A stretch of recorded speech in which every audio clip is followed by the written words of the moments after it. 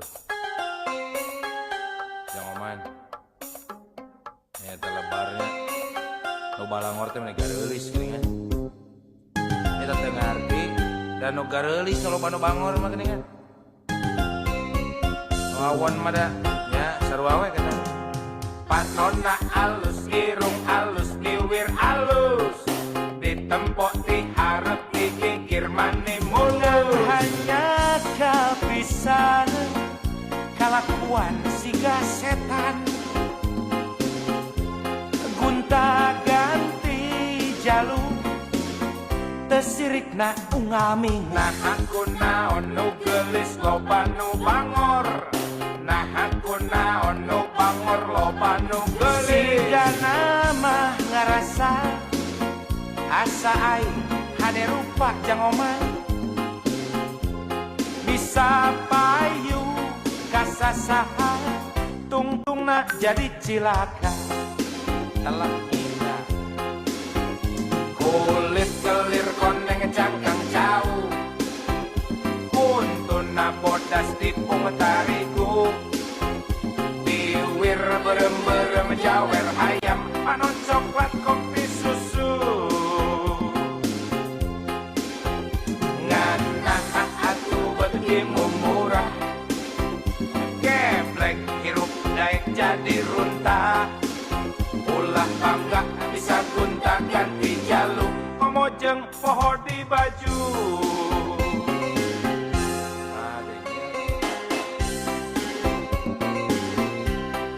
Kawas hirup zaman batu we baheula.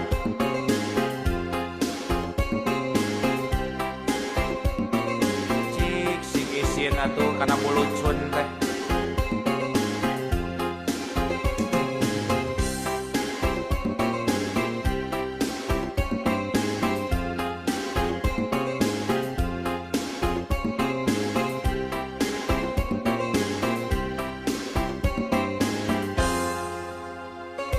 Panonna alus, irung alus, liwir alus. Ditempok diharap dikikir mani mulus. hanya kepisan kalakuan siga setan. Gunta ganti jalur tesirikna unggal Nah minggu. aku naon nu gelis loba nu bangor. Nah aku naon nu bangor loba nu gelis. Siga nama ngarasa asa aing hade rupa merenjang omah. Bisa payu kasasaha tungtungna jadi cilaka. Kulit kelir koneng cangkang jauh. Untuna bodas tipung tarigu. Biwir berem-berem jawer ayam. Panon coklat kopi susu. Nganah atuh begimu murah. Geblek hirup daek jadi runtah. Ulah bangga bisa gunta ganti jaluk. Komojeng poho di baju.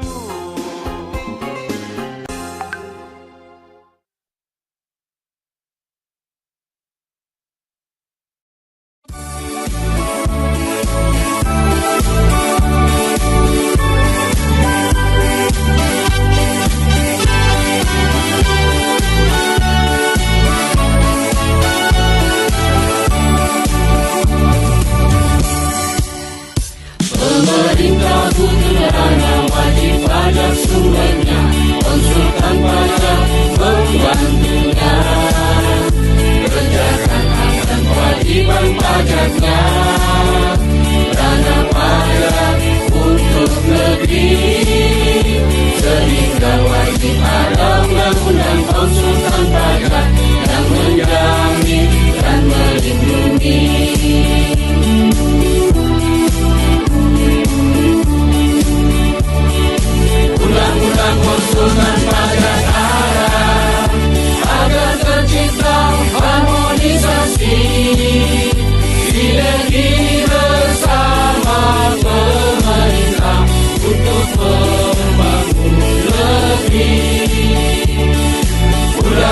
konsultan pajak ada untuk menjamin hak dan kewajibannya, wujud sinergi bersama, harmonis selamanya.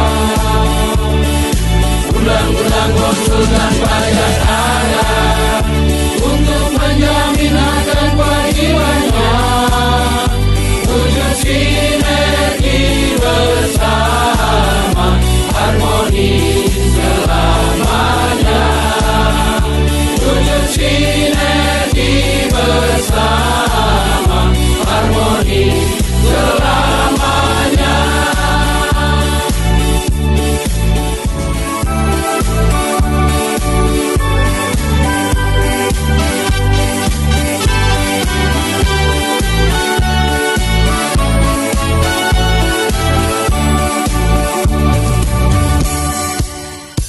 Pemerintah putrana wajib pajak sumbernya, konsultan pajak pembantunya, kerjakan hak dan kewajiban pajaknya, dana pajak untuk negeri, sehingga wajib ada undang-undang konsultan pajak yang menjamin dan melindungi.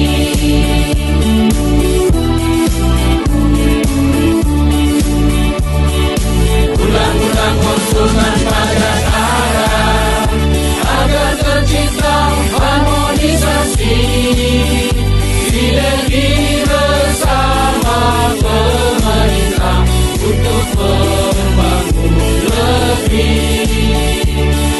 Undang-undang konsultan pajak ada untuk menjamin hak dan kewajibannya, wujud sinergi bersama, harmonis selamanya. Undang-undang konsultan pajak ada untuk menjamin hak dan kewajibannya, wujud sinergi bersama, harmonis selamanya. Wujud sinergi bersama, harmonis selamanya.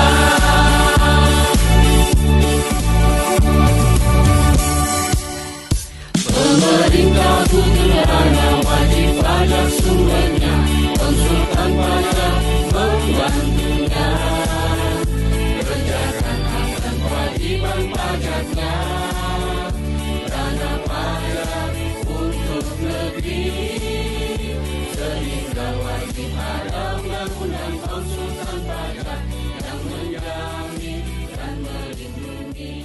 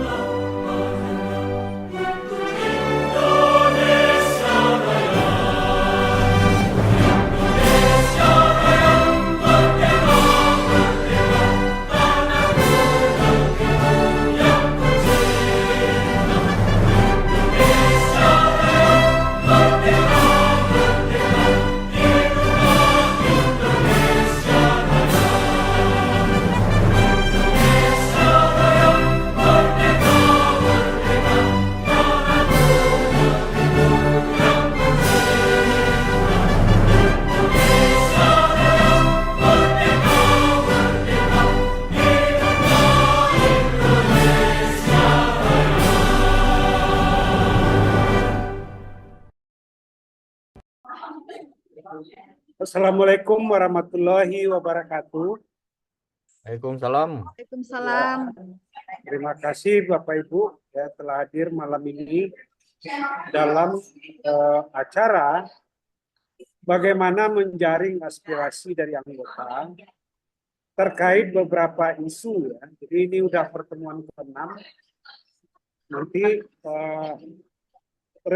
dari tim tim 01 ini sengaja membuat program bagaimana menjaring aspirasi supaya apa yang jadi program kerja yang dibuat tim 01 ini nyambung dengan apa yang diinginkan anggota. Jadi bukan mengambang, bukan mimpi gitu ya. Jadi apakah sama atau tidak.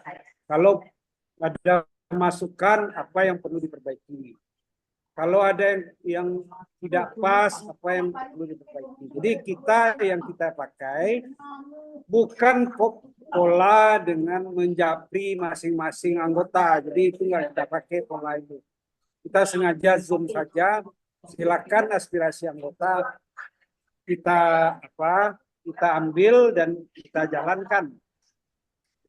Baiklah, untuk hari ini yang kita bahas adalah temanya tindakan preventif dan bantuan hukum bagi anggota yang kemungkinan terjadi masalah.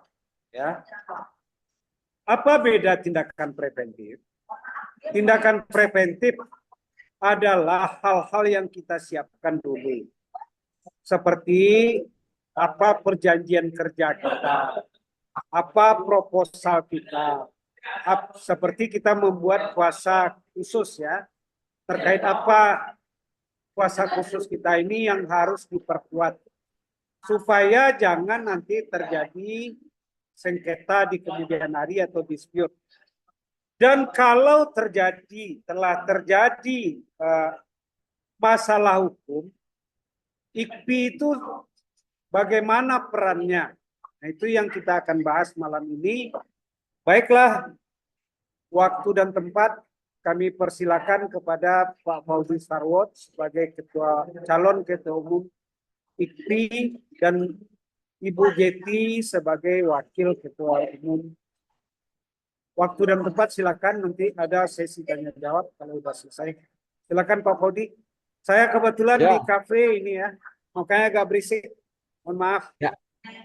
Ya, makasih. Udah sempurna Bari untuk pengantarnya sebagai moderator di malam hari ini.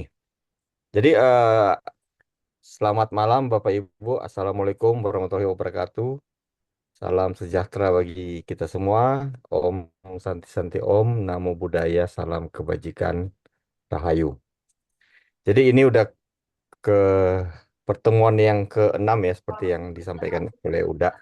Nah, pada malam hari ini salah satu program kita yang memang kita angkat yaitu menyangkut tindakan preventif dan bantuan hukum bagi anggota KPI. Mungkin tolong share screen, Mbak Mita.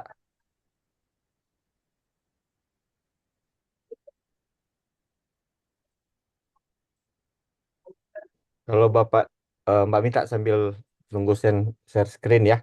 Jadi kalau Bapak Ibu lihat di program kerja kami, yang versi lengkap ya, versi lengkap itu ada sekitar 31 halaman. Yang versi lengkap, Mbak Mita.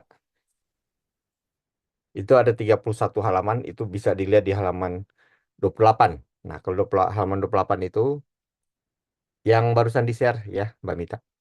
Itu di situ salah satu program kami adalah mengupayakan tindakan preventif dan bantuan hukum bagi anggota KPI. Nah, seperti yang tadi udah sampaikan di pengantar, tindakan preventif itu yang kami pikirkan adalah bagaimana supaya anggota bisa memahami, bisa mengetahui terlebih dahulu hal-hal yang memang menjadi suatu masalah di kemudian hari. Gitu. Nah, ini yang perlu kita persiapkan supaya anggota kita tidak masuk ke sana. Contohnya, bagian dari program kami juga tentang kontrak tentang kontrak atau surat ikatan tugas (SIT). Nah, di kontrak atau SIT ini bagaimana kita menyusun, memformulasikan hal-hal kewajiban, hak, dan eh, bila mana terjadi sengketa. Gitu. Selain itu apalagi? Nah, eh, pada program kami juga menyangkut tindakan preventif, yaitu ada sosialisasi topik-topik yang bertujuan untuk tindakan preventif. Itu topik-topik yang kalau Bapak Ibu lihat sekarang ini yang banyak dibawakan oleh Pak Heru Hadi. Itu menurut kami akan angkat menjadi topik-topik tindakan preventif. Nah, kemudian kalau tindakan preventif kan artinya pencegahan ya. Jadi kita berpikir bagaimana anggota mencegah jangan sampai masuk pada kejadian kan, gitu. Nah, namun kami juga berpikir ini ada di ADRT ya, menyangkut bantuan hukum bagi anggota IKPI yang kena suatu masalah indikasi tindak pidana, gitu. Bapak Ibu kalau lihat di ADRT ini bantuan hukum ini ada sepanjang tidak melanggar ADRT, standar profesi dan kode etik. Itu Bapak Ibu sebenarnya bisa minta ke IKPI gitu. Nah, kami ingin mewujudkan itu. Jadi kami memang ingin mewujudkan di 2024-2029. Bahkan pemikiran kami ada suatu departemen khusus, bagian khusus untuk membawai hal-hal ini. Gitu. Jadi ini menurut kami suatu hal yang sangat serius. Gitu. Sehingga kita memerlukan. Mungkin langsung halaman 28 ya, Mbak Mita. Slide 28.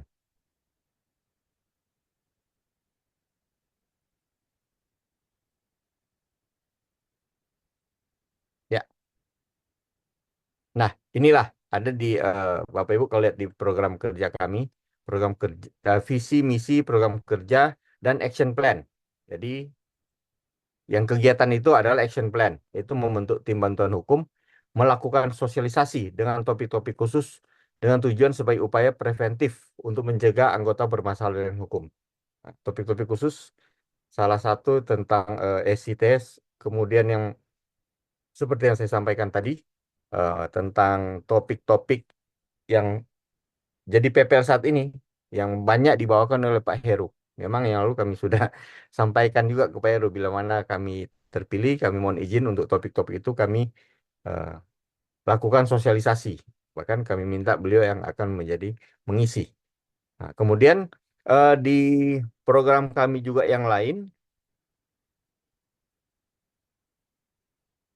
yaitu salah satu programnya adalah memenuhi kebutuhan anggota dalam berpraktek sebagai konsultan pajak. Nah, itu ada program kami ada di slide 25 ya.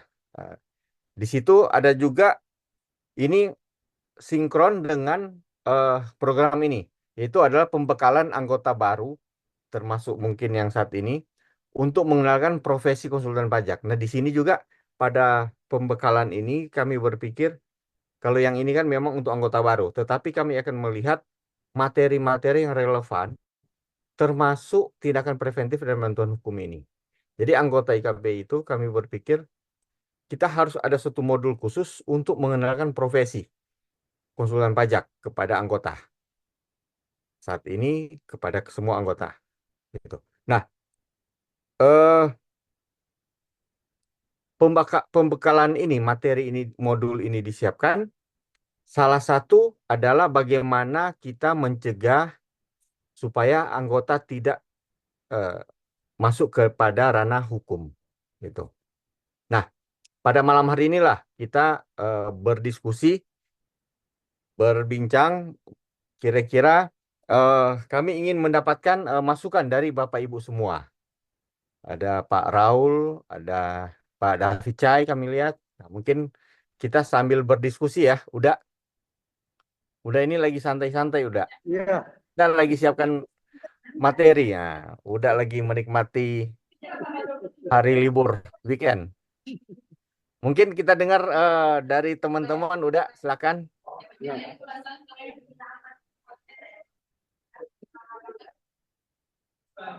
Baik Bapak Ibu ya. Jadi di dalam berkontrak itu kemungkinan terjadi dispute. Ya, dispute itu bisa ke ranah pidana atau perdata atau dispute antara kita berdua. Jadi terkait hak dan kewajiban, termasuk fee gitu ya, termasuk hal-hal yang belum jelas.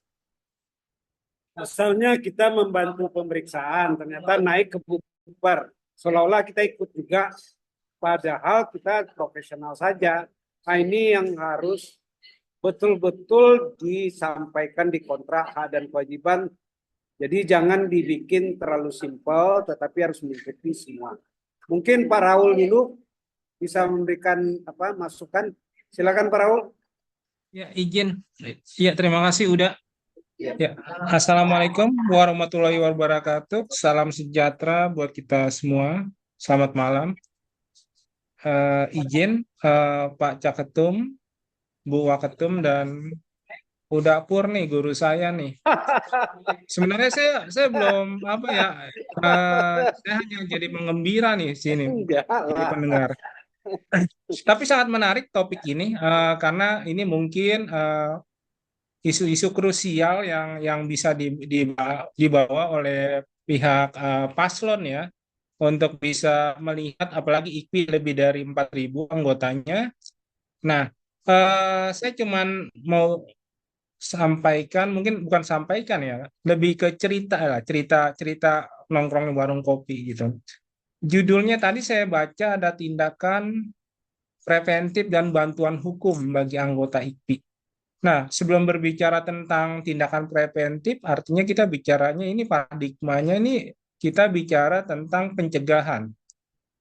Arti kita ketika berbicara pencegahan ini, kalau tadi sudah disampaikan Pak Paudi dan Uda mengenai kontrak, sebenarnya ini jauh lebih luas lagi kalau kita lihat polanya ini mungkin kalau simetris antara KP dan WP, tapi mungkin juga bisa nanti antara KP dan KP dan DJP, atau DJP dan WP.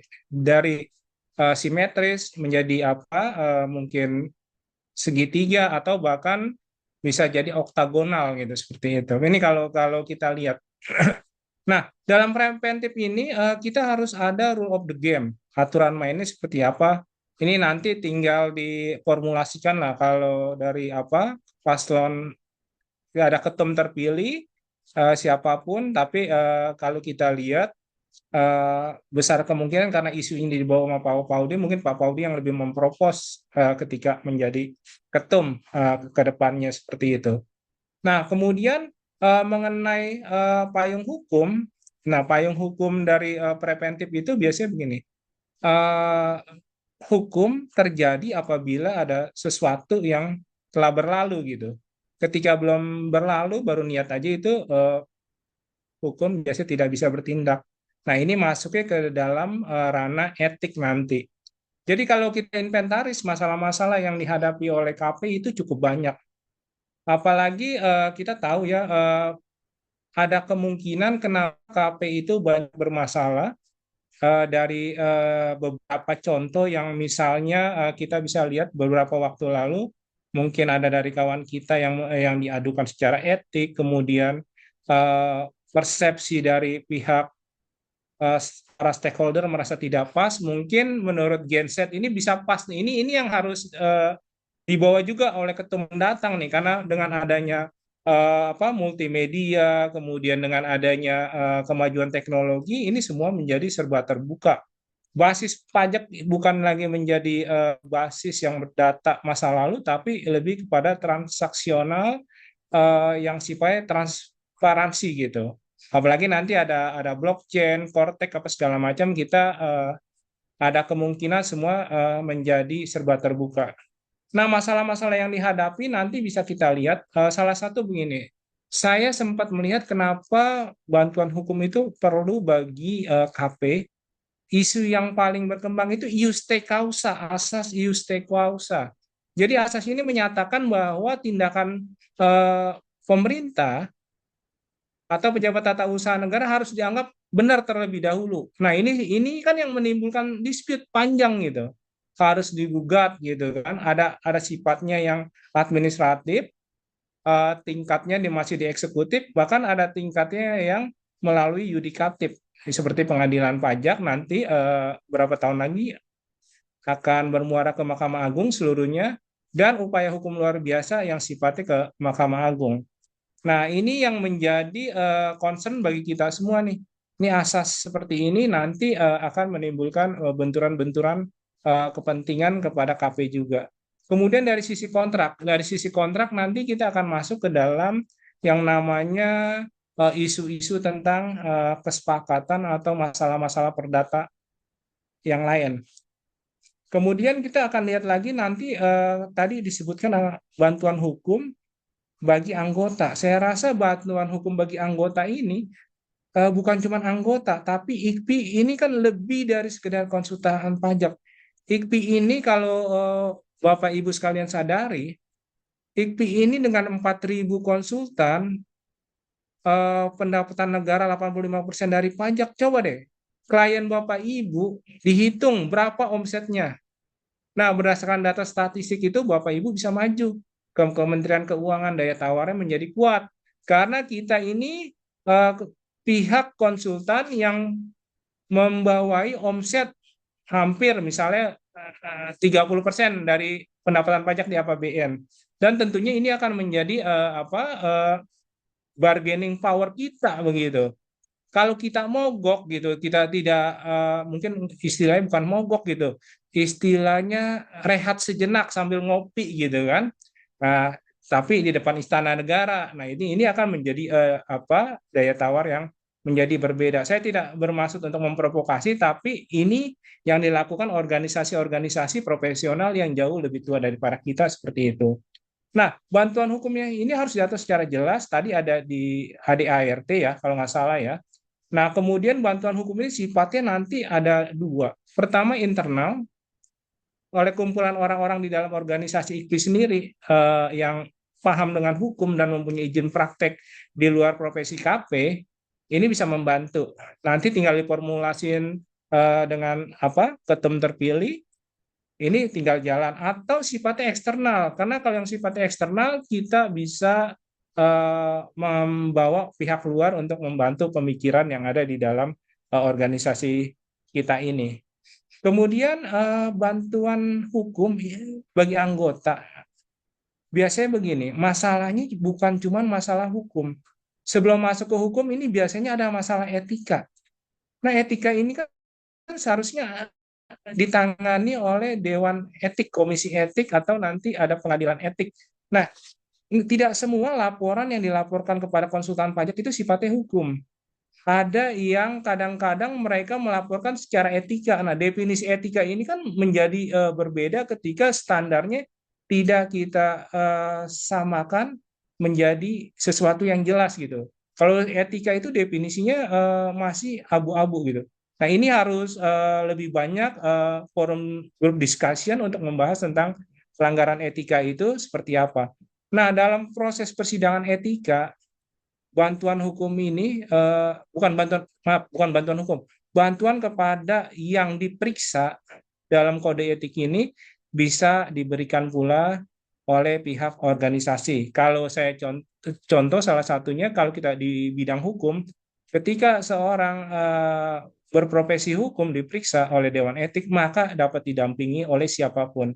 Tidak terbatas pada lawyer, bahkan dukun sekalipun bisa gitu kan, untuk mendampingi sepanjang diperlukan untuk dalam pembuktian etik. Nah, masalah etik ini nanti kemudian akan bergeser menjadi masalah hukum. Nah, ini baru nih yang hukum ini menjadi sangat serius. Karena kalau kita lihat di Indonesia, konsepsi hukum ini sangat abstrak dan biayanya ini bisa menjadi momok, atau biaya ini sangat mahal, biaya proses hukum yang ada di Indonesia. Apalagi ketika seseorang dihadapkan dengan pidana gitu ya, ada penahanan, kemudian ada penjatuhan vonis di pengadilan negeri, pengadilan tinggi, kasasi Mahkamah Agung, PK. di Mahkamah Agung, bahkan PK bisa sampai 2 kali kalau khusus untuk pidana di Mahkamah Agung. Ini proses yang panjang dan berbiaya mahal. Kemudian yang lain begini, bantuan hukum tadi untuk anggota mungkin kita anggap bisa diselesaikan secara organisatoris. Nah, fungsi IKPI ini kan sebagai pemersatu dan perekat masyarakat terhadap geraknya pembangunan, geraknya penerimaan uang negara juga. Nah, dalam kondisi ini siapa yang akan merasa mungkin memerlukan bantuan dari pihak IKPI? Contohnya adalah wajib pajak. Sering kalau saya lihat secara pribadi banyak kasus-kasus pajak itu karena ketidaktahuan wajib pajak sendiri sehingga denda menjadi sangat besar, di mana asas kepastian hukum terpenuhi, asas keadilan tidak, dan asas kemanfaatan hanya setengah. Contohnya begini, ada seorang petani pengepul, misalnya kacang mede di daerah Sulawesi. Kemudian yang bersangkut mempunyai lapangan futsal. Lapangan futsal itu bercampur di dalam laporan keuangannya. Nah, dalam laporan keuangan itu karena omset lebih dari 4,8, maka dianggap sebagai PKP. Kemudian terjadilah pemeriksaan. Setelah terjadi pemeriksaan, yang bersangkutan dianggap PKP sehingga dikenakan PPN 10%. Padahal hasil bumi secara jelas-jelas di Undang PPN tidak dikenakan PPN, atau PMK lain menyatakan ada DPP nilai lain. Nah, cuman pembelaannya ketika ada konsultan atau pihak pengacara yang kurang paham, ini menjadi mentah kemudian sampai PK ke Mahkamah Agung kalah gitu. Sehingga yang bersangkutan harus membayar pajak yang cukup besar. Nah, kalau kita lihat, si pemeriksa pun salah untuk menerapkan undang-undang, tapi negara mendapatkan keuntungan dengan adanya penerapan hukum yang salah. Nah, ini menjadi PR bagi kita semua juga seperti itu. Upaya hukum lainnya apa? Udah nggak ada karena PK udah dilakukan. Jadi kepastian hukum didapat oleh pemerintah, kemanfaatannya didapat karena mendapat pajak, tapi kemanfaatan dari sisi lain wajib pajak dirugikan dan keadilan itu tidak ada seperti itu.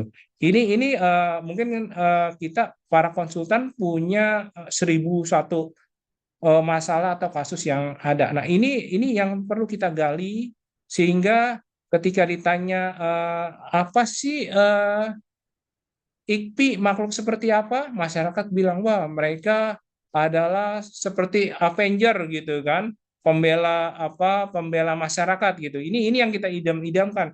Kalau kita banyak apa ya mendengar masyarakat, kalau ketika kita tanya, oh KP, nah ya itu sih kayak si itu, si itu, si itu, si itu. Nah ini yang apa angin-angin yang kurang sejuk yang kita rasakan seperti itu. Nah itu contoh-contoh yang tadi saya utarakan. Kemudian ruang lingkup bantuan hukum. Karena ini pajak sifatnya beririsan antara hukum, akuntansi, sospol dan administrasi. Nah ini perlu diformulasikan secara lebih jelas. Nah, saya rasa saya terlalu panjang berbicara. Mungkin cukup saya rasa. Terima kasih atas kesempatan ini, Pak Paudi. Udah sempurna. Terima kasih. Ya, makasih Ya. Pak Raul. Terima kasih, Pak Cukup Raul. jelas komplit ya. Silakan Pak Paudi tanggapi. Ya, ini masukan yang memang akan dilakukan. Jadi intinya sih kita berpikir bahwa eh, harus ada tindakan preventif bagi anggota, gitu. Pencegahan supaya anggota tidak masuk. Artinya kalau pencegahan kita harus informasikan hal-hal yang bisa menyebabkan terjadinya pelanggaran hukum. Nah, itu yang kita informasikan di depan. Kalau yang bantuan hukum kan sudah terjadi. Nah, apa yang akan kita lakukan bila mana itu terjadi? Nah, yang disampaikan Pak Raul perlu kita pertajam dan kajian lebih lanjut, gitu, supaya formulasi yang kami harapkan itu dapat tercapai. Nah, inilah yang kita harapkan bersama. Kira-kira itu udah. Mungkin ada yang lain, ada itu. Ya, ya. Jadi saya yang apa ya? Saya yang takut walaupun saya belum pernah dengar ya. Jadi misalnya kita membantu klien gitu, pemeriksaan, keberatan gitu ya. Kita nggak informasikan bahwa kamu kalau kalah itu kena sanksi loh 30%. Atau kena sanksi 60% nanti di pengadilan. Ternyata ya kalah. Itu bisa dituntut balik kalau kita tidak pernah sampaikan secara terbuka. Apa resiko yang harus dihadapi menghadapi apa keberatan banding. Yang kedua, misalnya seorang kuasa hukum ya kan masih wilayah konsultan. Dia mendampingi klien untuk banding. Ya. Karena kesalahannya dalam memahami formalitas, ketidakmengertian, ternyata ditolak formal. Nilainya miliaran. Misalnya contoh ditolak formal tuh, ternyata yang tanda tangan tuh bukan direksi. Misalnya. Ini ada Mbak Ai di belakang nih lagi ngumpul nih. MC kita di belakang saya Siapa nih. itu? Enak tuh. Bos, Ini semua. wis, Mbak Reni lagi. Wih, mantap udah. Iya. Ah, Iya. Mani, Ada satu katanya. Ya. Juga terkait ini kita belum lihat ya. Kalau di akuntan publik, seandainya izinnya dicabut, ya, itu masih bisa banding ke Komite Profesi Akuntan Publik. Misalnya dicabut oleh P2PK. Ada semacam majelis namanya KPAP. Saya nggak tahu di KPI ada atau tidak. Mungkin itu jadi masukan. Selanjutnya kita minta kepada Mbak Agustina Mapadang, silakan bicara. Halo, selamat malam. Pak Malam. Pur, selamat malam calon ketua kita, Pak Faudi, Ibu Jeti. Apa kabar? Baik, langsung aja ya. Ya. Terkait dengan topik kita pada malam, Bu. Terkait topik kita pada malam hari ini ya. Nah, apakah nanti ke depannya ya bantuan kita itu dalam bentuk non litigasi atau litigasi, gitu kan? Nah, mungkin apakah nantinya kalau misalnya ada terjadi permasalahan atau mungkin yang tadi ya, kita mitigasi risikonya dulu. Apakah nanti mungkin kita membuat suatu, memang sudah ada di kode etik ya, seperti tadi juga Pak Pur katakan ya, di dalam memberikan poin-poin atau template lah dalam arti ya seperti itu untuk perjanjian. Hal-hal apa yang harus dilakukan pada saat kita membuat perjanjian dengan pihak klien ya, sehingga kita terhindar dari masalah-masalah yang tadi gitu ya, yang bermasalah hukum ya, apalagi kalau sampai ke litigasinya kan itu repot, pidana atau perdatanya ya, nggak usahlah pidana, perdatanya lah ya. Nah jadi mungkin dari segi gimana mungkin Pak Faudi, apa mungkin nantinya ya mudah-mudahan bisa menang ya, amin amin ya. Amin, Tapi amin, amin. ya ada tim kalau memang ada tim dari internal atau mungkin bisa kerjasama dengan pihak mungkin lawyer yang memang berkolaborasi dengan kita konsultan pajak gitu. Jadi harus ada sudah bisa dipetakan kira-kira siapa nih yang memang punya kemampuan nih untuk bantuan hukum ini gitu ya. Kemudian kita membuat suatu apa ya guidance lah untuk konsultan pajak yang lain sehingga ini nih kalau buat perjanjian harus hati-hati nih. Ini loopholes-nya di sini nih, hati-hati gini ya. Seperti tadi Pak Pur katakan gitu kan. Jangan kita memberikan janji surga gitu ya. Kemudian sanksi-sanksinya kita nggak infokan gitu kan. Akhirnya pada saat kita kalah dan lain sebagainya, kita malah yang kena balik gitu. Hanya gara-gara pingin mendapatkan klien gitu ya. Terus terang saya sendiri kadang-kadang klien suka ngomong, ah Bu Agustina mah selalu apa namanya takut-takutin gitu ya. Kalau saya sih selalu memang sanksinya harus saya infokan di depan gitu ya. Lu mau terima apa enggak, saya sudah infokan. Saya nggak mau bermasalah nanti ke depan hanya dengan begini jadi ada apa-apa gitu kan. Nah mungkin Di, di, nanti di, disuruh aja maju tak gentar keberatan ya, tapi nggak dikasih tahu apa sanksinya kalau kalah iya kan. Nah, itu gitu. dia. Iya betul betul Pak Pur. Jadi maunya yang enak-enak gitu giliran. Kadang-kadang saya mau begini. Lah, giliran saya katakan harus begini, wah, nanti kita mesti begini dong ya. Ya itu. Jadi mungkin kita apakah harus di brainstorming kepada KP-KP yang lain di cabang gitu ya. Bahwa ini nih benar-benar poin-poin utama nih yang nggak boleh dilanggar oleh kita. Jangan memberi angin surga gitu. Apa-apa aja gitu kan. Mungkin seperti itu Pak Faudi ya, Ibu Jeti. Kalau saya dalam penugasan itu misalnya nyusun laporan keuangan SPT, saya perjanjian saya itu tetap saya kasih klausul bahwa tanggung jawab atas angka-angka ini yang ada dan SPT ini adalah tanggung jawab klien. Kami cuma membantu dari segi sesuai profesional yang kami ketahui. Jadi saya biasa ngasih disclaimer itu. Jangan nanti dia kena buper, kena ini, kita yang kena semua. Padahal buktinya dari dia. Betul. Nah, itu yang harusnya hati-hati, itu yang perlu dipikirkan. Silakan Pak Hobi berikan tanggapan. Ya, makasih. Udah, makasih Bu Agustina. Ini senior saya. Dua-dua ini senior saya nih. Dan sudah sangat lama kenal. Jadi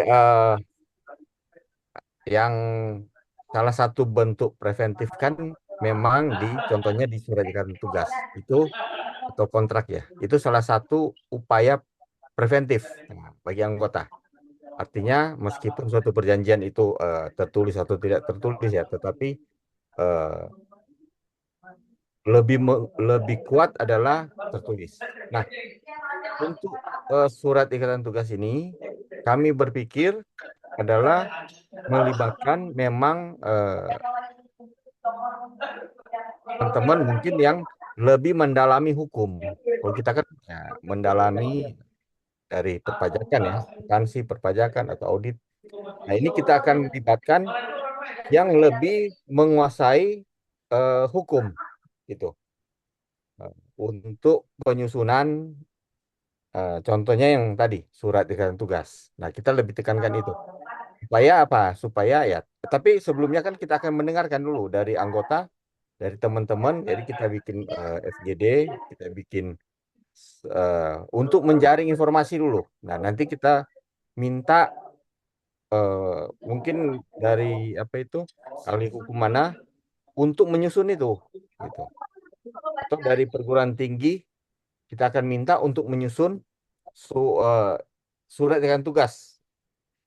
Minimal ada format yang asosiasi sampaikan, ya IKPI sampaikan. Ada format minimal yang harus ada, gitu. Tinggal anggota mau tambah lebih kurang minimal, tapi setidaknya ada format minimal dulu, gitu.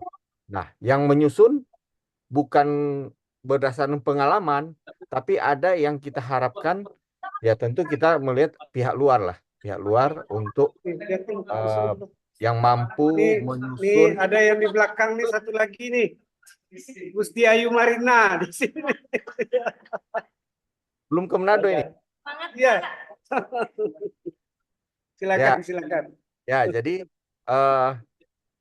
untuk penyusunan SIT ini kita akan libatkan pihak luar, artinya yang profesional lah, gitu, kampus atau ahli hukum yang lain, gitu.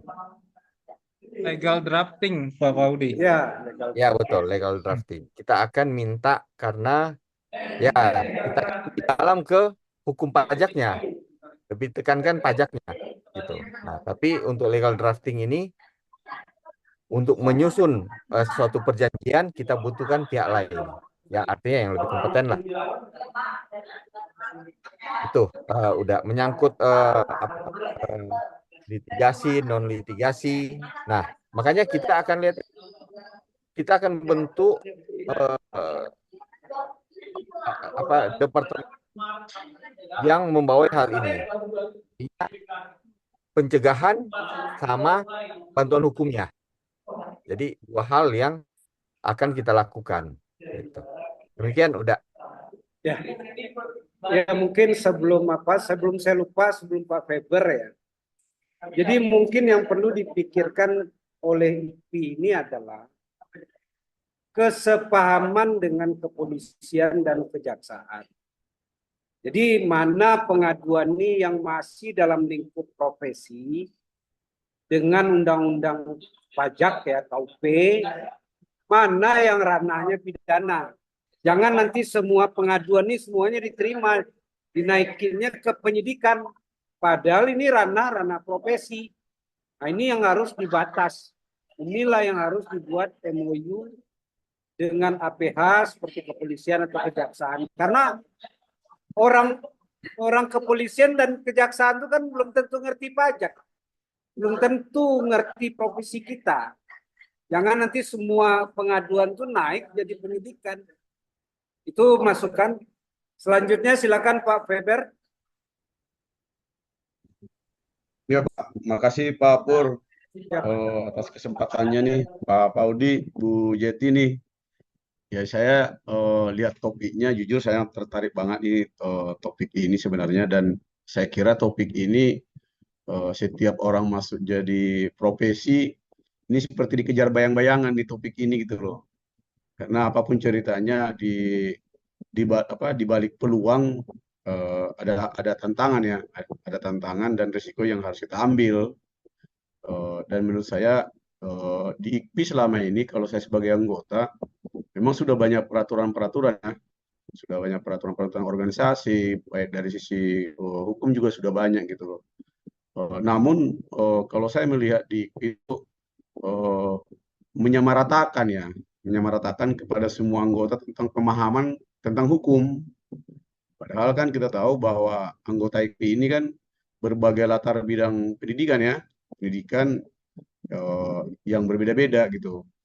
Nah, kalau di profesi lain nih, mungkin tadi Pak Pur udah menyampaikan bahwa kayak di API, dia itu dibekali dengan namanya itu standar pengendalian mutu ya, standar pengendalian mutu gitu loh, yang dibuat dia sederhana sehingga itu mudah digunakan oleh para anggota.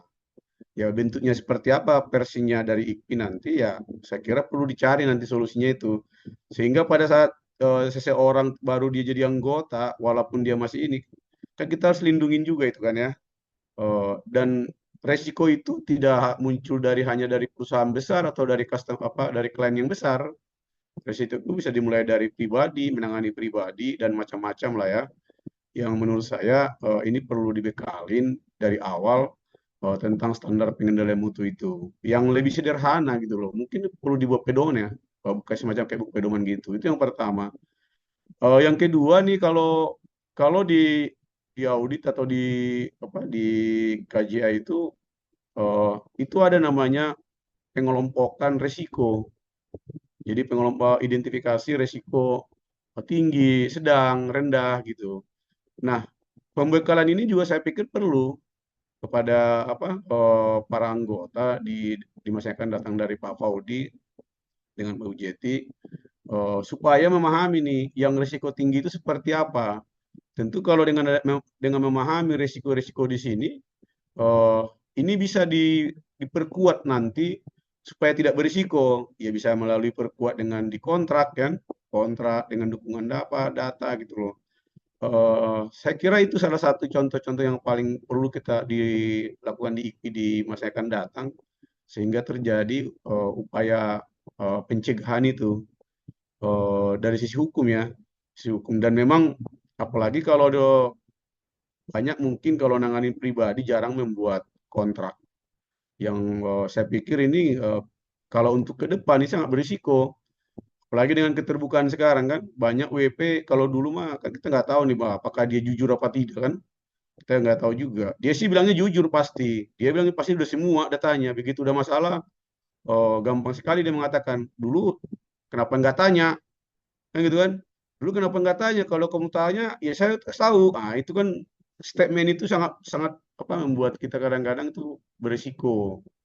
Nah, dengan adanya pengelompokan berisiko-berisiko tadi, saya kira itu semacam kayak pencegahan yang di apa suatu hal yang baik dari istilah organisasi membantu anggota-anggota ya, mengidentifikasi risiko-risiko sehingga tidak nyampe dia sampai ke masuk ke ranah hukum gitu loh. Itu sih usulan dan saran saya Pak Paudi, Pak Bu Jeti, mudah-mudahan bisa diimplementasikan ke depan supaya lebih apa setiap anggota kalau memberikan jasa itu memahami itu lebih enak dia kan, bagaimana dia mengantisipasi pencegahan itu. Makasih Pak Paudi, Pak Pur. Jangan mikir duitnya dulu, risikonya juga dipikirin, itu maksudnya. Ya. Ya, silakan Pak Paudi. Ya, ya ini apa itu? Yang penting ya. Jadi pembekalan, pengelompokan risiko, baru standar mutu. Jadi hal-hal ini kan yang perlu kita gali. Artinya bila mana kami dipercayakan, nah hal-hal ini yang mungkin bagian dari 100 hari pertama bila mana kami terpilih gitu, yang harus kita pikirkan, harus kita bentuk gitu. Nah itulah. Jadi ya mungkin kayak Pak Faber, Pak Raul, Bu Agustina, yang masukan-masukan seperti ini perlu kita perdalam. Nah yang seperti ini kan kita akan undang lagi gitu. Nah ini kan udah ada, setidaknya udah dapat gambaran umum kan. Nah ini kita akan undang untuk bagaimana memperdalam lagi gitu, membuat sesuatu yang lebih jelas. Dan ini kita akan terbuka kepada yang lain juga gitu. Kira-kira itu udah. Mungkin selama ini banyak kasus ya di lapangan ya, dispute antara klien dengan klien dengan KP, tapi selama ini kan nggak ada sarana pengaduannya kayak ini, nggak pernah. Jadi kalau ada pun masalah harusnya kita bicarakan. Yang sering terjadi itu kan udah merupakan template bagi kita tuh untuk bisa memecahkannya ke depan seperti apa. Pak Pur, Ada tadi yang mau nanya, silakan. Pak Pur tambahin sedikit. Pak Pur, Ya, silakan Mbak. Pak Faudi, mohon izin ya. Saya ketemu teman saya, dia IKPI Jakbar, ya. Dia sekarang lagi bermasalah hukum dengan kepolisian. Nah, dia curhat gitu. Saat ini dia nggak dapat bantuan apa-apa dari IKPI gitu kan. Nah, padahal dia papanya juga ya sudah sangat senior gitu kan. Temennya Ruston gitu, Pak Ruston lah. Tapi kok itu dia kecewa gitu kan, karena nggak ada sama sekali bantuan. Sedangkan dia sekarang lagi terlibat masalah dengan kepolisian akibat ya permasalahan kliennya gitu. Seperti itu Pak. Masalahnya terkait jasa profesinya. Ya, atau jasa bukan? profesinya dia, Ya, terkait berarti jasanya. kan- Jadi jasa profesinya dia, kemudian ya dia yang ini kan ya. Nah mungkin dalam hal ini yang dia butuhkan sebenarnya ya, kalau kita bincang-bincang, kita kok nggak ada, dia bilang begini, kok di IKPI nggak ada ya link gitu ke kepolisian gitu kan. Nah minimalkan kalau ada link ke kepolisian, ada inilah mereka lebih ada power lah gitu untuk mau ini kan, mau ya ada bantuan lah seperti itu. Tapi ini sama sekali katanya nggak ada, ditanyakan tapi ya begitulah. Izin Bu Agustin. Ya, ini Pak Raul, Izin. silakan. Pasal berapa yang dipersangkakan? Saya nggak tanya selalu detail sih ya. Dilapor ini di mana? Di Polda atau Polres? Kayaknya sudah masuk ke mana ya? Kayaknya dia mungkin di Polres ya atau di mana ya? Kalau Mabes Ini dia Polri lagi kan di atas bolak-balik. 25 miliar Hmm. di Polres. Soalnya nilainya lumayan gede sih. Iya. Permasalahannya, saya belum sempat tanyain, cuman dia katakan sekarang dia lagi bermasalah gitu, dan dia bingung mau minta bantuan ke siapa. Jadi dia Mungkin ya Pak Pauli mungkin bisa difasilitasin gitu, jadi kerja nyata, setidaknya kunjungan atau apa. Ya, Tapi mereka, gini. Pak, tapi mereka itu Oh ya, orang 02 sih. Cuman dengan aku bilang kita ada. nanti ke depannya Kita ada bantuan kita hukum, kita dia udah bicara goyah. IPI aja, Bu. Kita bicara Kita IKPI Bu, nggak ada Iya. 01 02. Nah, Iya, makanya. yang ada IKPI merah putih. Iya, betul. Betul, Iya. Pak. Karena bisa saja itu terjadi pada diri kita juga nanti. Iya. Nah, itu yang harus jadi patokan. Sekarang terjadi di salah satu teman gitu ya, teman profesi. Mungkin kita kalau umur panjang bisa 20 tahun, 30 tahun jadi konsultan lagi. Bisa saja suatu saat akan terjadi di kita. Makanya Betul. itu kita perlu tahu. Ya harusnya kalau menurut saya sih minimal di lingkungan pengurus tuh harus dibicarakan lah.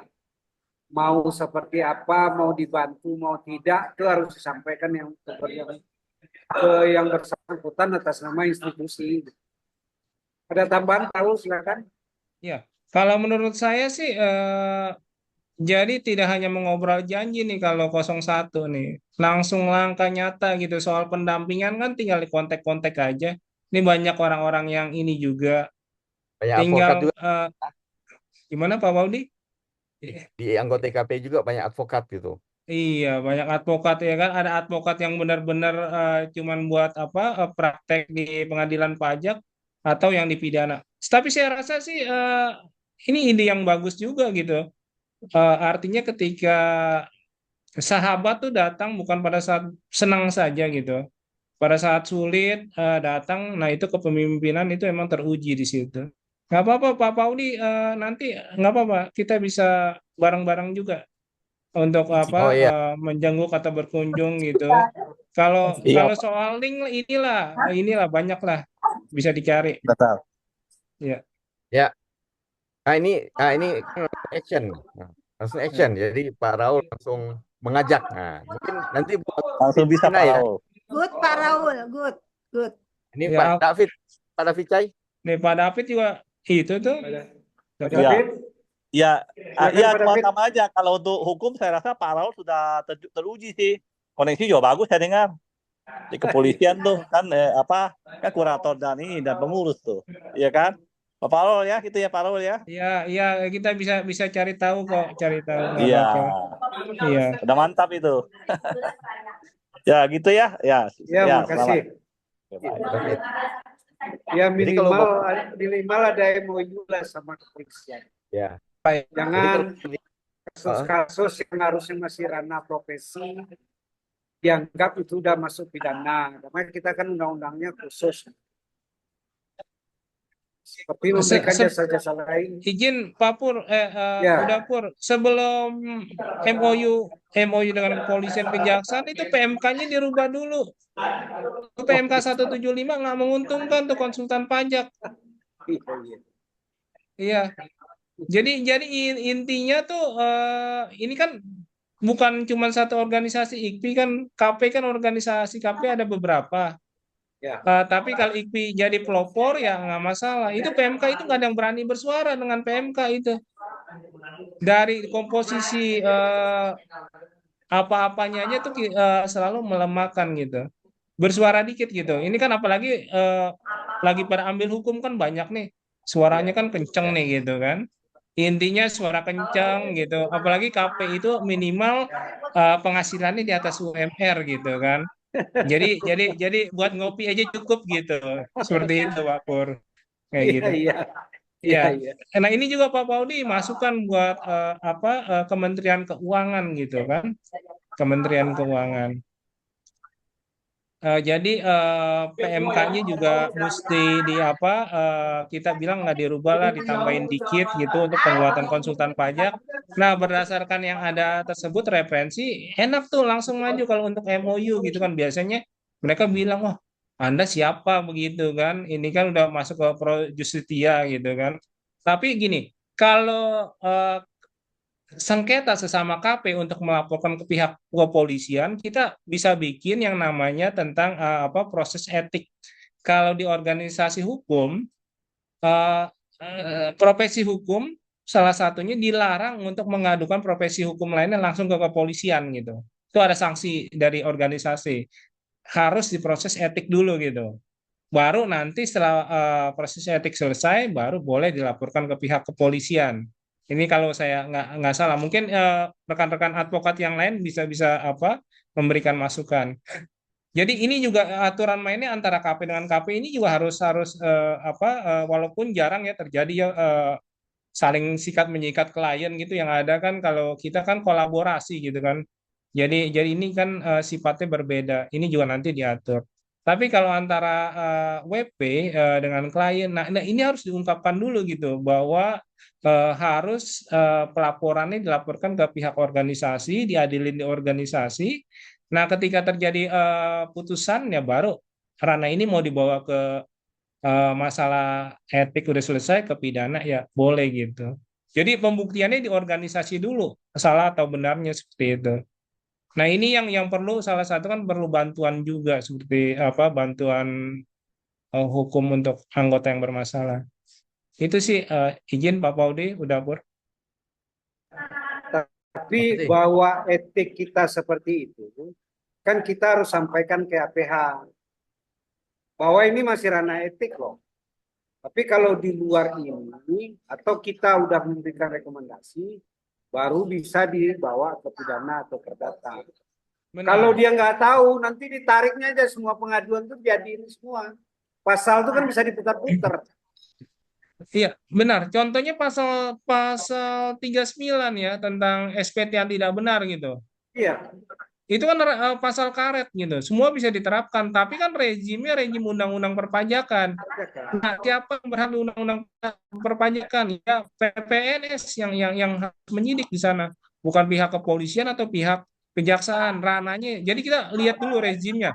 Kalau di undang-undang kepailitan kan pasal 3 pasal 32 KUP misalnya perusahaan dalam keadaan pailit diwakili oleh kurator, kemudian dalam rangka likuidasi oleh likuidator kan jelas di sana pasalnya. Nah, kalau misalnya itu jelas, maka itu menjadi suatu hal yang berbeda, kecuali berbeda dengan dia pemalsuan surat. Misalnya, WP tidak tanda tangan, tapi si KP yang memalsukan tanda tangan, itu ranahnya udah jelas banget sebagai delik pidana pemalsuan. pidana. Tapi kalau cuman eh, karena misalnya informasi yang kurang jelas, kemudian terjadi kerugian, ini kan sifatnya kan belum tentu pidana, ini ranahnya ranah perdata gitu. Apalagi kalau di kontrak ada exit klausul ya, seperti pernyataan ini udah dianggap benar, semua dokumen, kopi dokumen sudah dianggap sesuai asli, kemudian bebas dari tuntutan dan hanya membayar ganti rugi sebesar fee gitu. Biasanya kan konsultan pajak kan pinter tuh mirip-mirip advokat kayak begitu. Itu ya udah sebenarnya udah nggak masuk ke ranah-ranah pidana gitu. Mungkin ada yang istimewa, tapi di Indonesia kan di Konoha lah ya segala sesuatu kan mungkin bisa terjadi. Itu sih itu aja Pak Paudi. Tergantung pasalnya panjang Iya. atau pendek. Bener. Silakan Pak Paudi tanggapi.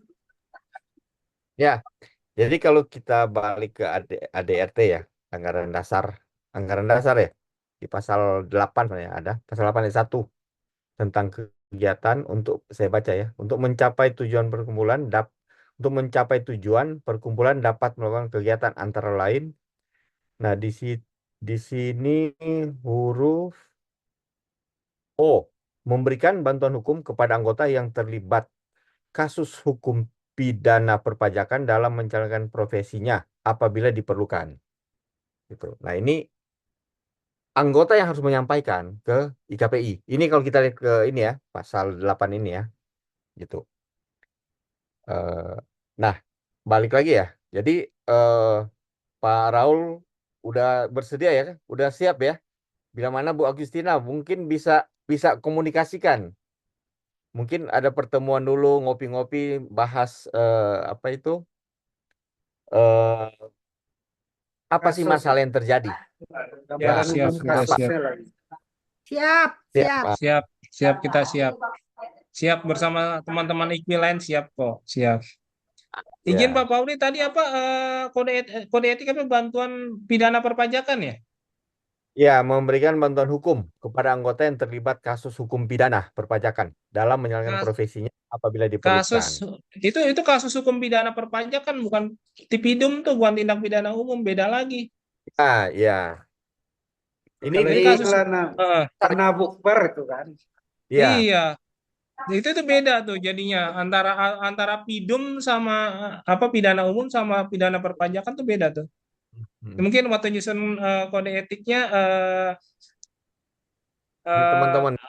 generalisasi lah pidananya sama gitu. Ya, Ya, lanjut udah. Ya, cukup Pak Raul. cukup udah siap. Silakan Bapak Ibu yang lain, kira-kira ini agak menarik ya terkait ini ya. Ini karena kita belum kena aja nih, makanya nggak ngeh. Tapi kalau udah ada yang menuntut, nanti ya baru repot dibikinnya. Silakan kalau ada yang nanya, silakan raise hand Bapak Ibu. Izin dapur. Ya, Pak Nur, silakan Pak Nur. Ya. Selamat malam, Pak Faudi, Bu Jeti, Malam. Pak Raul. Nah, saya nyimak barusan Pak apa Nur. yang Pak Raul sampaikan. Ini banyak hal yang menarik dan perlu perhatian organisasi kita ya. Yang tadi terkait PMK 175 yang kurang berpihak pada kita, bahkan kita bisa dipidanakan di sana ketika klien kita tersangkut pidana misalnya. Itu kan perlu ya kita coba mungkin lobby atau apapun lah sifatnya gitu ya dari asosiasi kita kepada pemerintah yang membuat PMK tersebut sebelum undang-undang. Tentu kalau undang-undangnya ada, kita harus ke sana ya, perlindungan-perlindungan kita di undang-undangnya. Tapi sebelum itu ada kan mungkin perubahan PMK menjadi lebih simpel ya daripada undang-undang. Nah, lalu saya tertarik di sini nih di kita ini sekarang asosiasi konsultan pajak kan ada beberapa ya. Nah, kalau saat ini Pak Raul mungkin yang sudah juga melihat kasus-kasus di lapangan sengketa antara KP tapi KP di bawah kita, di bawah IKPI. Di bawah IKPI kan ini bisa kita bawa ke kode etik misalnya gitu kan ya. Nah, tapi bagaimana kalau kita ini bersengketanya dengan pihak yang non IKPI gitu ya. Nah, seperti apa ini kita artinya melindungi anggota kita ini seperti apa gitu ya. Nah, biasanya tuh seperti ini. Mungkin sengketanya sederhananya tuh gini. Ketika kita ini sedang berkontrak sama salah satu WP atau klien kita gitu ya, tiba-tiba mereka masuk gitu kan ya, mungkin menawarkan harga yang lebih murah atau janji yang lebih manis gitu ya dibanding senyum saya misalnya gitu kan ya, akhirnya dia tergoda gitu udah Pur gitu kan ya, artinya untuk pindah ke lain hati gitu kan ya. Nah ini kan juga sudah menjadi suatu ruang sengketa ya, artinya kita merasa bahwa ini saya masih dalam ikatan, tiba-tiba ini ada pihak lain yang masuk gitu.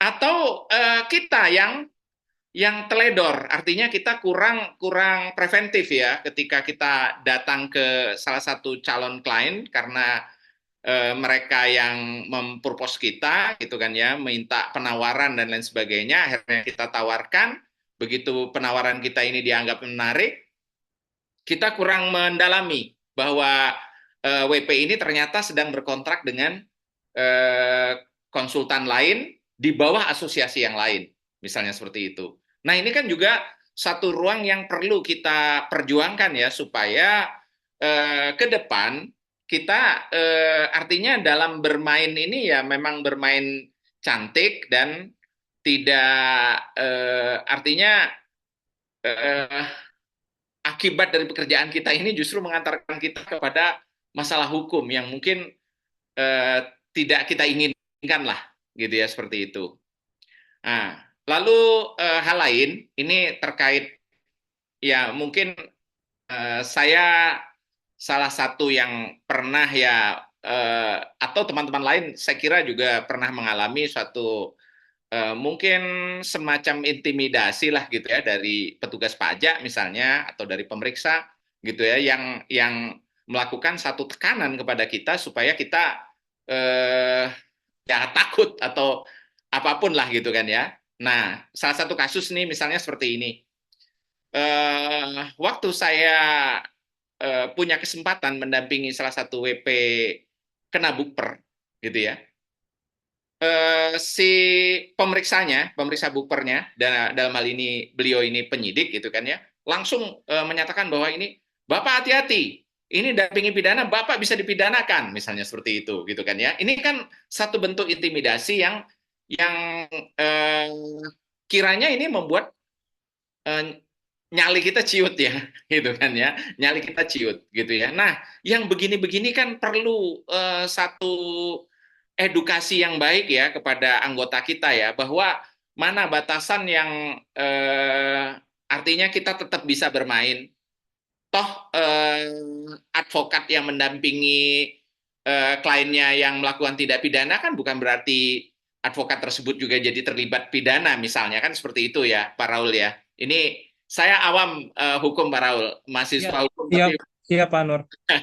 belum selesai juga kuliahnya gitu kan ya. Tetapi saya sebagai konsultan pajak, saya merasa bahwa kita memang harus mendapatkan satu pengayoman yang memadai ya dari asosiasi supaya kita ini dalam menjalankan tugas berat mendampingi klien kita itu tidak dalam kondisi yang mungkin was-was, mungkin nanti kalau saya kena masalah saya harus bagaimana ini gitu kan ya. Ini kan perlu diangkat gitu ya.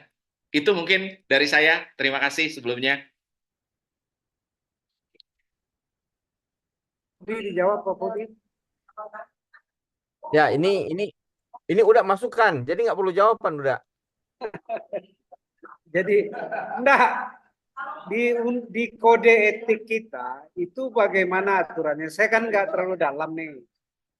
Misalnya ada suatu KP gitu ya, dia menangani SPT, ya, SPT lah pembukuan semua gitu ya, atau yang lain gitu ya. Tapi dia minta tolong ke KP lain untuk menghadapi pemeriksaan atau keberatan atau banding. Ini apakah melanggar kode etik karena mengambil klien lain atau mengambilnya itu dalam jenis jasa yang sama? Nah, ini saya nggak terlalu dalam di kode etik ini ya, karena ini jasa yang diambil beda. Contoh di kantor akuntan. Satu, kantor akuntan mengerjakan sistemnya. Satu lagi auditnya. Itu kan walaupun klien yang sama, tahun yang sama, jasanya berbeda. Kalau di dunia konsultan pajak itu seperti apa kode etik yang berlaku. Jadi misalnya yang nyusun KPA, nih nyusun SPT, laporan keuangan, tiba-tiba dia diperiksa, dia tidak memakai KPA, tetapi memakai KPB. Tahunnya sama, apakah itu melanggar atau bagaimana? Saya nggak terlalu dalam. Dalam pandangan saya itu nggak melanggar, karena itu beda penugasan. Gitu ya. Tapi saya nggak tahu detailnya. Silakan Pak Budi. Ya, gini. Kita makanya yang kita perlukan di awal adalah perjanjian itu seperti apa, gitu. Ruang lingkup perjanjian kita dengan klien, dengan wajib pajak, dengan klien kita itu seperti apa isinya, gitu. Nah, kalau memang di situ kan ada pembatasan. Jadi misalnya kalau perusahaan besar, misalnya holding atau perusahaan besar, mungkin untuk pelaporan SPT masa yang lain. Tapi ada untuk restitusi itu ada yang lain. Nah, makanya kita dibatasi itu. Nah, ini yang penting yang menyangkut di SIT itu, gitu. Ya, perjanjian. Karena ya di perjanjian itu. Jadi ini beda, gitu. Ini saya juga pernah alami beberapa tahun yang lalu.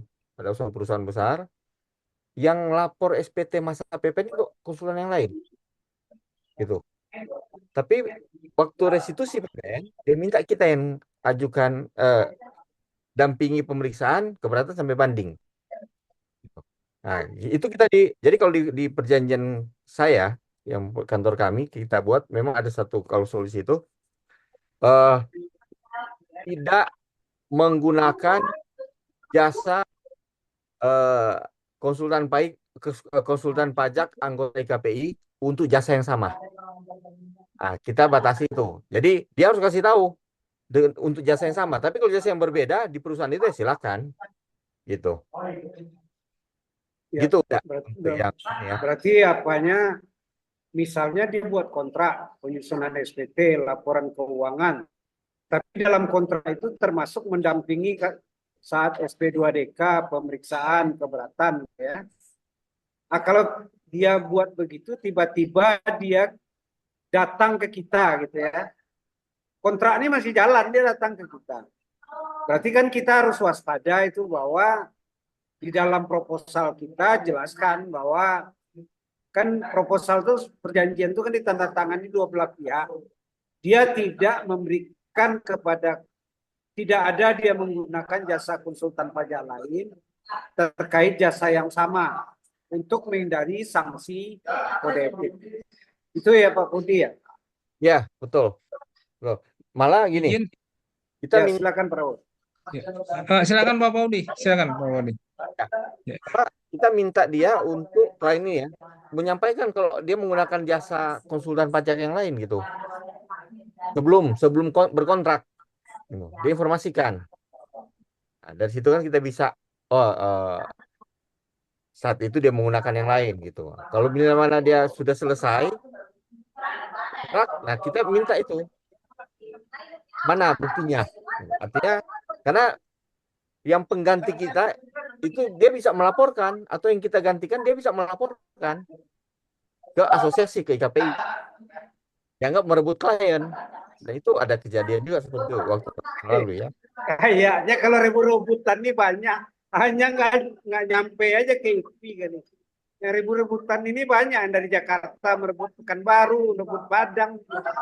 Ya. Banyak itu kejadian hanya nggak dilaporkan selama ini. Mungkin gitu. Silakan Pak Raul. Iya, terima kasih udah. Jadi gini, izin Pak Nur, kalau saya boleh, ini kan artinya kan antara dasen sama dasaulen ya, kenyataan dengan idealisme nih. Biasanya begini, kalau kita punya pandangan jauh ke depan, mungkin ketum nanti yang akan terpilih bisa mengadakan komite bersama, komite bersama. Jadi antara asosiasi KP nanti diadakan kerjasama mengenai etik. Biasanya ini juga digodok juga di profesi hukum, di mana misalnya salah advokat yang dari satu organisasi lain ke organisasi bermasalah di organisasi ini, kemudian pindah ke yang lain, pindah yang ke lain. Jadi nggak terkena sanksi etik gitu kan. Nah, mereka mencoba memformulasikan, jadi izin saya kadang-kadang saya nyontek dari organisasi lain gitu ya. Sebenarnya bukan nyontek lah, kita mengambil hal-hal yang baik. Jadi mereka membuat yang namanya komite bersama Dewan Etik. Jadi apapun yang terjadi, ini nanti peradilannya bersama asosiasi lain gitu. Ini kan kalau yang disampaikan mungkin Udapur, Pak Paudi itu masih case per case gitu ya. Tapi kalau kita buat general, buat ke masa mendatang, ya itu diadakan kerjasama gitu, bisa dengan organisasi KP yang lain, sehingga nanti etiknya itu ketika terjadi itu nanti bisa dibikin komite ad hoc gitu, dicomot dari asosiasi A, asosiasi B, asosiasi C. Jadi mereka tuh nggak bisa kabur gitu kemana-mana. Seperti itu kalau dari sisi etik. Nah, kalau yang tadi sebenarnya kalau dari kita udah tanda tangan dari klien, kemudian klien pindah ke KP lain. Sebenarnya kan kita enak nggak kerja apa-apa, Pak Nur. Dibayar lunas kan? Sebenarnya kan begitu kan? Jadi sama kayak ini kalau kayak audit ya udah pur izin ketika kita menerima kontrak audit kemudian dibatasin ruang lingkupnya nggak boleh periksa ini nggak boleh periksa itu ya kita duduk dan ngopi doang kan tinggal opininya kita udah tahu disclaimer gitu kan ya karena pembatasan ruang lingkupnya itu nyepinya jalan juga gitu seperti itu jadi ya tinggal apa ya apa ya kecakapan dari para KP itu untuk mengatur strategi. Saya belajar dari ini aja dari apa dari audit gitu kan. Karena ketika kita mau periksa akte anak perusahaan nggak boleh dibatasin bapak siapa.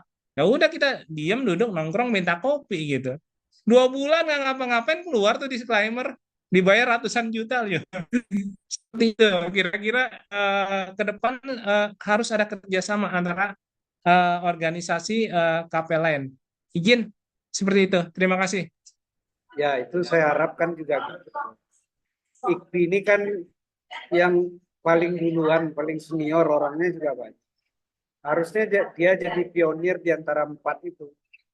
Termasuk yang terkait USKP juga bicaranya sama P2PK harus diajak bicara dia. Diajak bicara berempat, baru ketemu sepakat menghadap P2PK bahwa kami yang mengadakan USKP, jangan dia di sana itu atau kayak dulu. Tapi kalau di antara 4 nih satu bilang A, satu bilang B ya nggak bisa. Bagaimanapun kalau izin udah keluar tuh dia nggak melihat berapa anggotanya, pokok dan kewajibannya sama itu aja. Nah, ini harapannya dari pengurus IKPI yang ke depan bisa merangkul yang lain-lain tuh terkait dengan apa regulator kita bisa bicara bersama. Silakan jawab Pak Fauzi. Ya, makasih udah. Jadi gini, memang saat ini lagi di P2PK itu lagi menyusun melibatkan ini juga ya, minta pendapat dari 4 asosiasi. Dia lagi susun pedoman kode etik konsultan pajak Indonesia.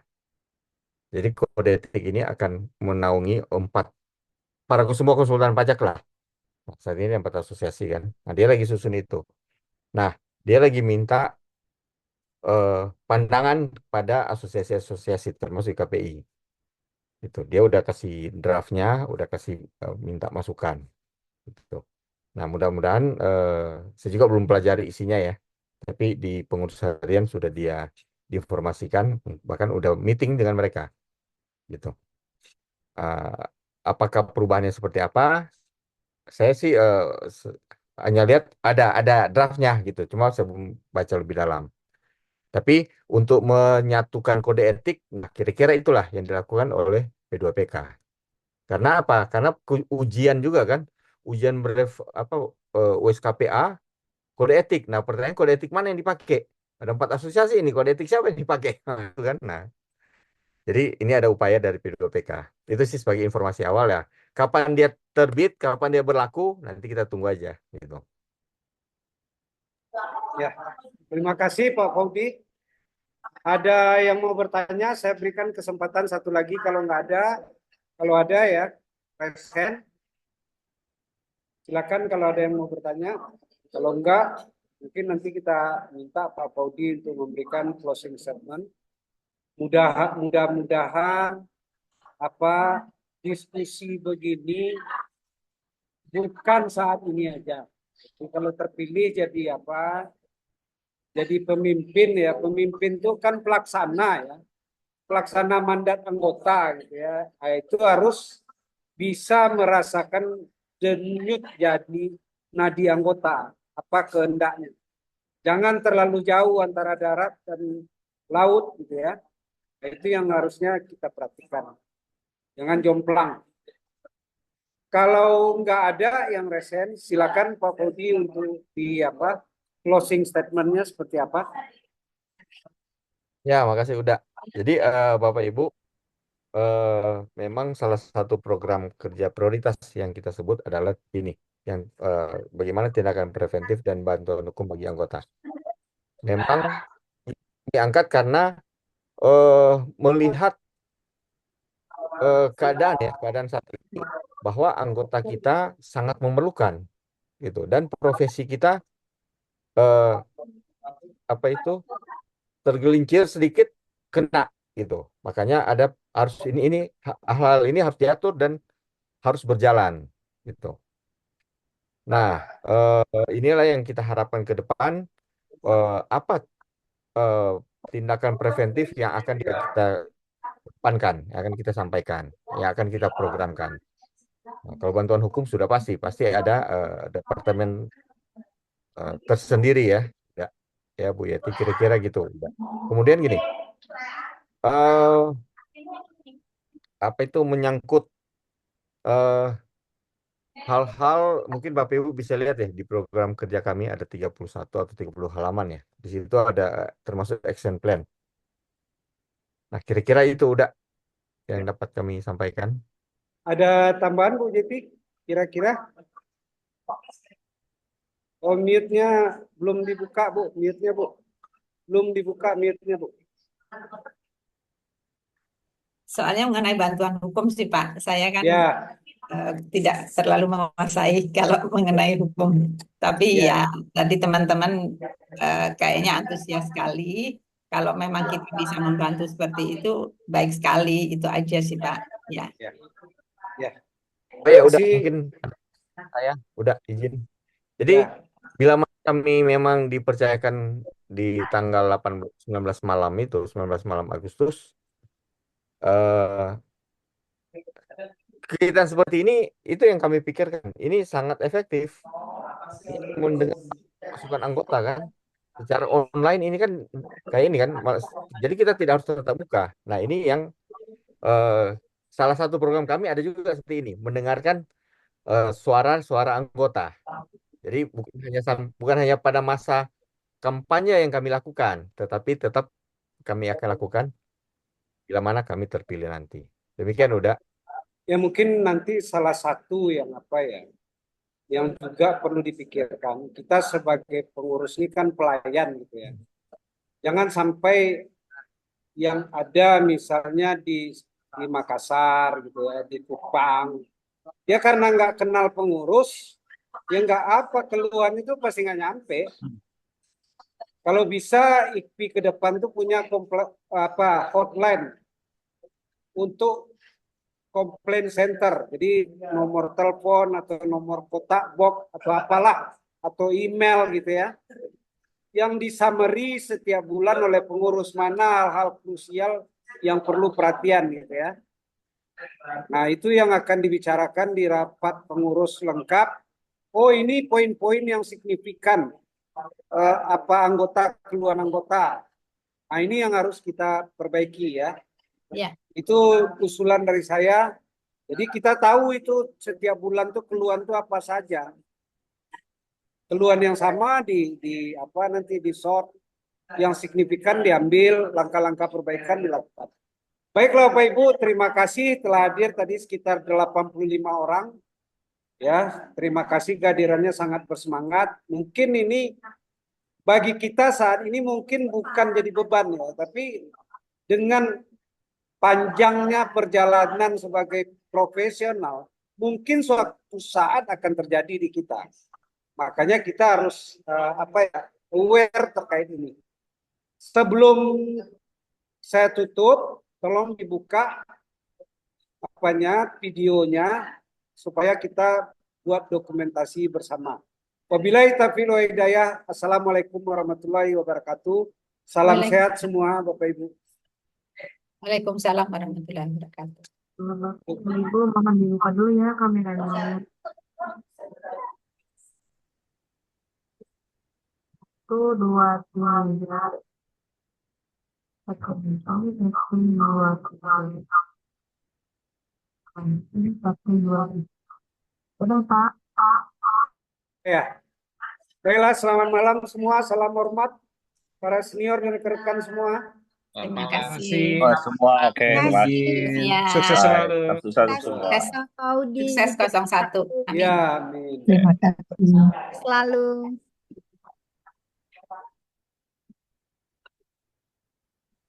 Terlambat tadi saya, Mas. Nah, gimana Pak Nuryadin? Saya Tadi deh. ada kerjaan di kantor, Bu. Oh, Pak Audi, tadi saya mau nanya tadi. Kira-kira ini kan preventif ya? Kan? Ini langkah preventif. Kira-kira kalau kita kerjasama dengan polisi buat MOU gitu ya? Buat MOU, kan itu merupakan langkah preventif juga kan? Supaya apa? Supaya di reskrim, direktur reskrim nanti buat TR ke seluruh wilayah jajaran kepolisian apabila ada anggota IKPI yang katakanlah baru terindikasi, ya kan, dilaporkan oleh oleh wajib pajak atau oleh masyarakat, gitu ya, tidak diproses terlebih dahulu, tapi panggil dulu asosiasinya gitu, diajak komunikasi asosiasinya sebelum di blow up, kan?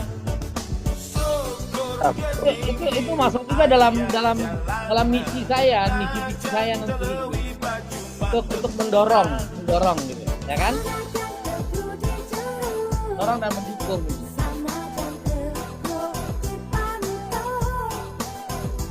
Ya bagus Pak Nur.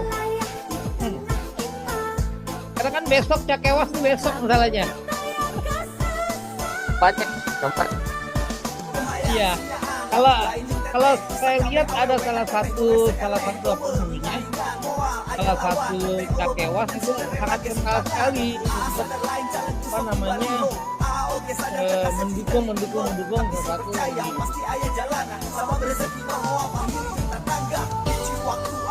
Itu untuk podcastnya malam ini ya, lagi di render ke dalam 3 format. Yang format pertama untuk apa namanya YouTube, format keduanya untuk Twitter, apa namanya untuk HP, terus yang format ketiganya untuk Instagram. Ada 3, YouTube, Instagram, sama HP yang bisa kita share langsung, dikompres.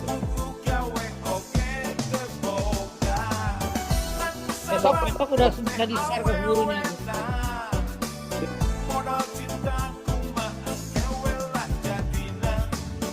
Luar biasa itu ya. Itu Pak.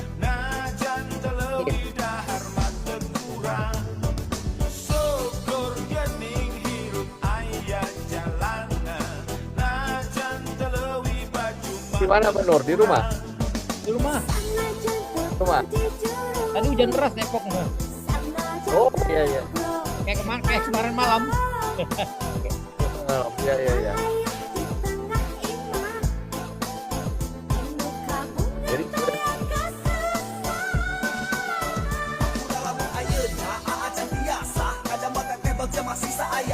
saya membahas SP2DK. Membahas SP2DK di KPP Pasar Minggu. Jadi kasih apa namanya di Pasar Minggu itu malah membahas tentang kongres IKPI. Saya bilang salam untuk Bu Jeti gitu. Pak Rudolf ya. Dia kenal dengan Pak Rudi Gani, kenal sama teman-teman IKPI, banyak kenal ya.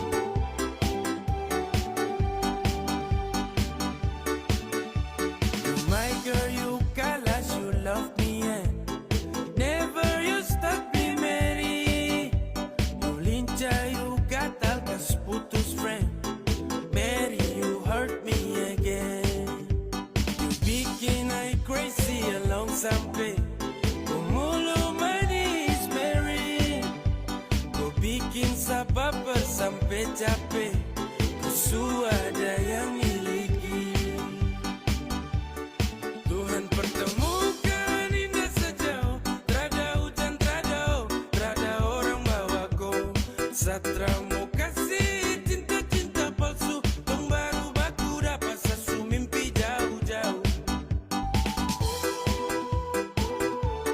Oke, izin. Udah, Pak Nur, Oke, ini ya lanjut ya. lanjut. Ya, Rapor, izin rapor. Assalamualaikum. Hey, ku datang kini sapu rata, urat jantung patah-patah, hati tak geser ke lambung, ketemu ada nona kecanggung, tulang di lombo-lombo, ingin dekat tapi bolo dolo, siapa pukau, ada jelas sayang kakak Lego. Hey, bilang sa, bilang oke, kalau deal kasih kode, bila real tuh dah kete, kasih tangan sayang kele. Hey, siapa tokan ini cuma Niko, Mary you make me I'm falling in love, I gotta go, magara sampai go hati to know. Tuhan pertemukan indah sejauh, terada hujan, terada orang bawa kau, satra mau kasih cinta-cinta palsu, tong baru baku dapat sesu mimpi jauh-jauh. Tuhan pertemukan indah sejauh, terada hujan, terada orang bawa kau, satra mau kasih cinta-cinta palsu, tong baru baku dapat sesu mimpi jauh-jauh.